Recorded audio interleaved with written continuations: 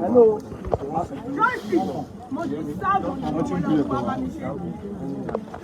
Ní báyìí wọ́n ti gbé òkú Bamise sínú sàárè. Hallelujah. I'm going to read the same passage again. Ecclesiastes chapter 4. No, sorry, I don't mind.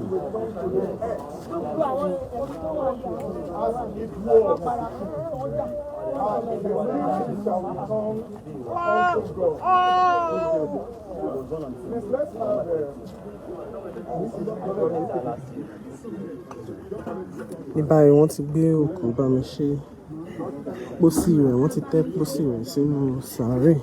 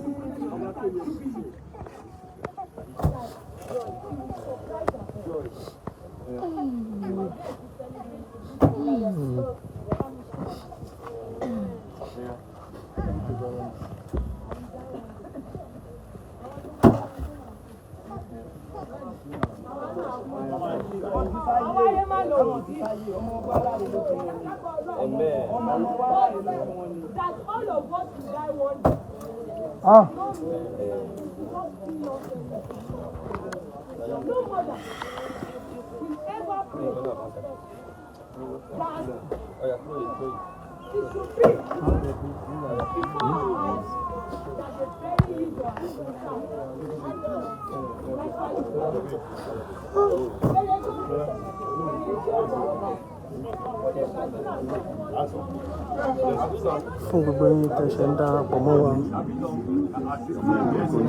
Tęårs cemetery la wà níbi tí wọ́n ti tẹ́ òkú olóògbé Bamise tí ó ṣàgbákò. Ọmọ tí Bamise wá san lórúkọ ni. Ọmọ tó rẹ̀ lọ bá ní. Awakọ̀ BRT. Ní báyìí wọ́n ti gbé òkú rẹ̀ sínú sàárè. Òun lẹ̀sìn wò níwájú ilé. Ojú mi lọ́yẹ̀ máa ṣí, lọ́yẹ̀ máa bù, lọ́yẹ̀ máa parí gbogbo nǹkan lọ́yẹ̀ ṣe yìí. Father in heaven, you are seated upon the throne. You look from heaven, you see everything that is ongoing.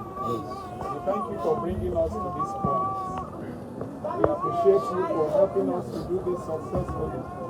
There's one thing we ask of you, O Lord. Affliction shall not rise. Amen. Lord, where you need to put things proper in place to fulfill your peaceful purpose and calm every storm in our lives. Stretch forth your arms. Amen. And be God in such situations. Amen. As we go back home now, let your presence be with us. Be with every one of us and prepare us for our own time. In Jesus' name we pray.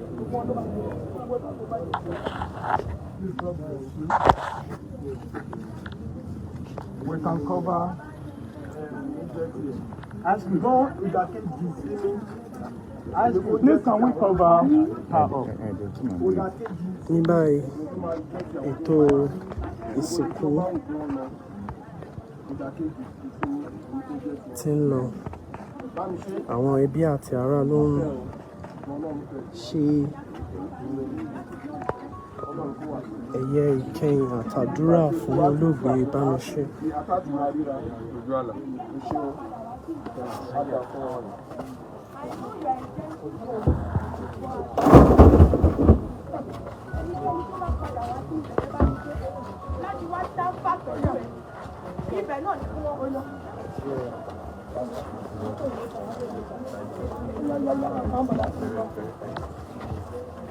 Marvel.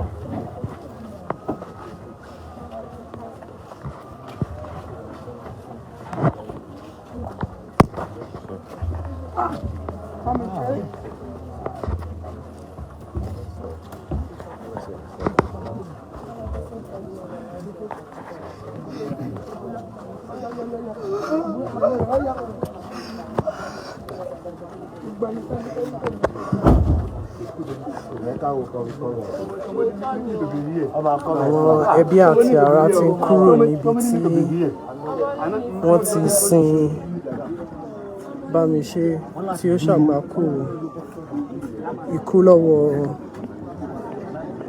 awakọ̀ BRT. Ní báyìí àwọn èèyàn ti ń kúrò ní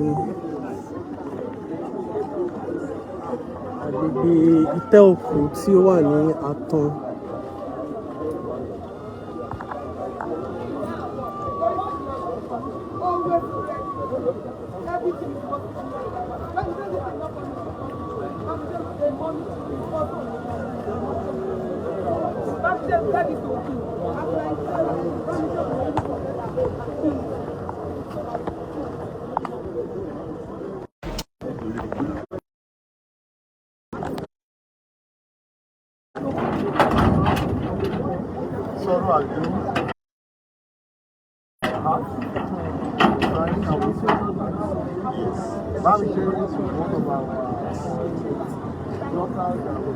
Ẹ jọ̀ọ́ ẹ bá wa sọ orúkọ yín àti Abígúndé Olúwa pẹ̀lú ilẹ̀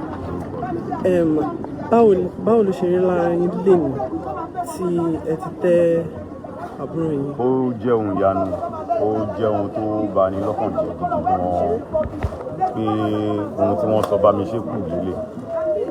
Ṣẹ̀mọ̀ wọ́n ti ṣàwọn àyẹ̀wò kan lára ẹ̀, wọ́n ti wá sọ́jú dàkúdà. Ṣùgbọ́n ohun tí inú mi kàn ń dùn sí ni ó ṣiṣẹ́ akọni kó tó lọ. Báwo ni ikú rẹ̀ ṣe máa nípa lára lórí ẹbí? Tẹ́ ẹ bá tètè dé ni ẹ rí àwọn ọmọdé tí wọ́n sunkún, wọ́n fara jọlẹ̀ nítorí pé gbogbo aṣọ tí wọ́n ti ń lò láti di ọdún kan sẹ́yìn òun ló ń rán fún wọn. Ọ̀pọ̀ ẹ̀bùn tó ń fún wọn ní gbogbo ìgbà. Gbogbo àwọn ọmọ yẹn òun ló máa ń tọ́ wọn. Bamise ni ó máa wá sílé yín á fẹ́ máa ṣe òmùgọ̀ nítorí pé ìfẹ́ yẹn ti pọ̀ tó ní sí gbogbo wa pátápátá. So ààyè tí wọ́n fi sílẹ̀ yìí, ààyè tí ẹnikẹ́ni ò lè pàdé ni. Òfìfo yẹn ó ní agbára gan. Ọlọ́run ọba nìkan ni a gbẹ́kẹ̀lé níbi kó fún wa ní oore ọ̀fẹ́ láti lè kúrò lára díẹ̀. Ní báyìí kí lẹ fẹ́ kí ìjọba ṣe? Kí ni nǹkan tó jẹ́ pé ó lè mú rẹ̀ lọ kàn díẹ̀ wá báyìí àti ẹbí? Ohun tí ìjọba máa ṣe ò pọ̀. Nǹkan yẹn kan ni nínú nǹkan 100 Bamise ti ṣe ọ̀kanlélọ́gọ́rùn-ún nínú ẹ̀. Ẹyọ kan péré ló kù fún ìjọba, fún gbogbo wa yìí ká máa ṣe.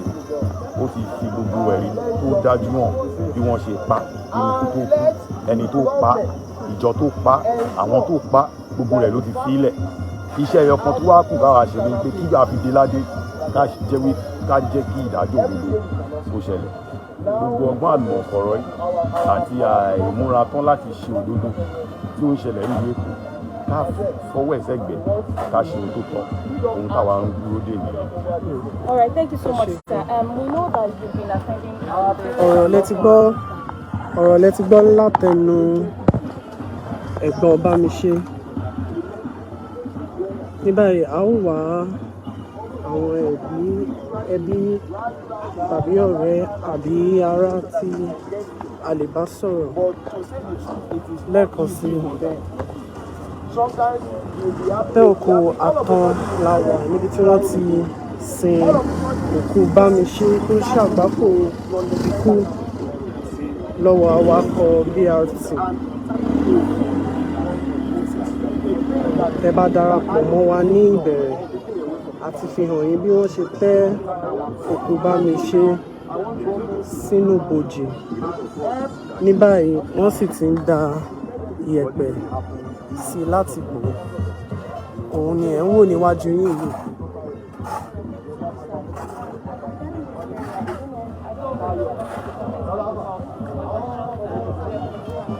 Àwọn ọ̀rẹ́ ará ẹbí ló péjọ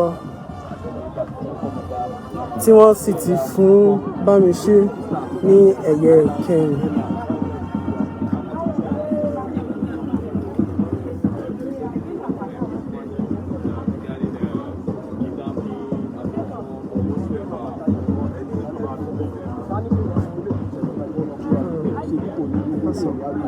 Láti BBC ṣé mo lè bá yín sọ̀rọ̀?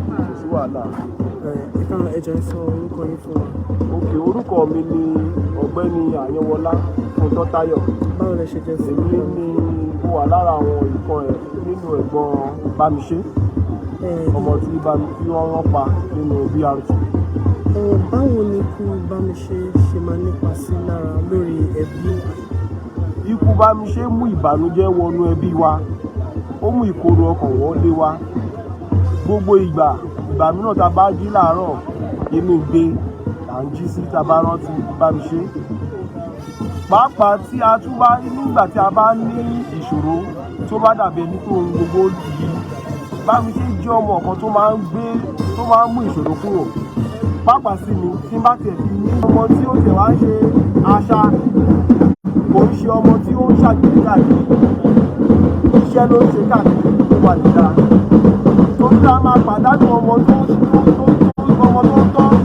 bẹ̀rẹ̀ láti ṣe ti lọ. Ìrántí Bamise ìrọ̀lódì wa.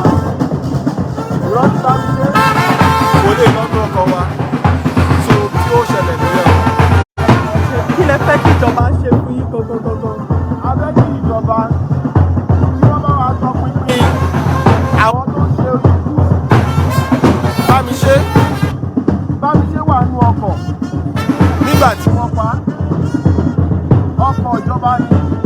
Àwa fẹ́ kí ìjọba kó fi gbogbo agbára wọn. Mo mọ̀ pé kò sí ohun tí ìjọba fẹ́ ṣe tí kò ṣeé ṣe fún wọn. Wá rí so kò sí ohun tí ìjọba fẹ́ ṣe fún ọ̀ yìí ẹ ṣe.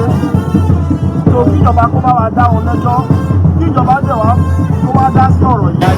Kí gbogbo ìkorò ọkàn tó ti wà nínú ẹbí kó bá wa mú kúrò. Ẹ ṣeun. Ẹ ṣe gan. A dúpẹ́. Ọ̀rọ̀ lẹ ti gbọ́ lẹ́nu ọ̀kan nínú àwọn ẹ̀gbọ́n Bamise tí wọ́n ṣẹ̀ṣẹ̀ sin tán báyìí. Ìtẹ́ òkú Atán la ṣì wà ń bí. Àwọn onírìnkùnrin ni wọ́n máa pé Bamise. Tó bá jẹ́ pé ọmọ yẹn tọ́lọ́run ò bá jẹ́ kó ṣe nǹkan tó ṣe. But we give God the glory. Ibi tí àyè ọpẹ́ wa ti yọ lórí Bamise ni. We give God the glory. Thank you. Please, I will employ all the mothers. I will employ all the fathers not to sleep deeply until justice is served, so that there won't be another Bamise. Thank you. Lára àwọn ẹ̀gbọ́n Bamise ló tún ti sọ̀rọ̀ tí wọ́n ti fi ẹ̀hónú wọn hàn.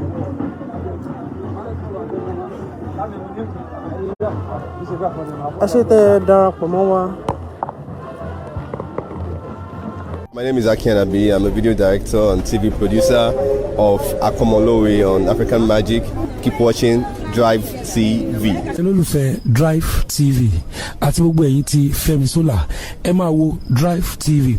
Keep watching Drive TV. My name is Wòlíì Àgbà. Taking this time out to tell you all that you keep watching Drive TV. What drive ẹ̀wọ̀ ní ògo ẹ̀? What drive ẹ̀wọ̀ fulfilment? What drive ẹ̀wọ̀ bí tó bá lọ? Ó ní iṣẹ́ rìn. Ibi ni kò máa wò Drive TV. Thank you. Chloe. Drive TV. Driving you around the world.